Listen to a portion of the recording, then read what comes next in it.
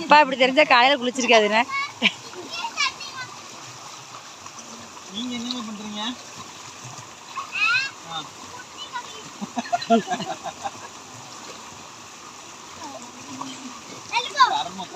என்ன கசனை என்ன பண்ணிக்கிட்டு இருக்க?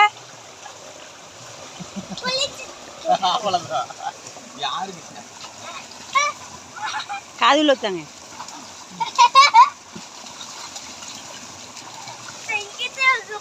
பாட்டிக்கு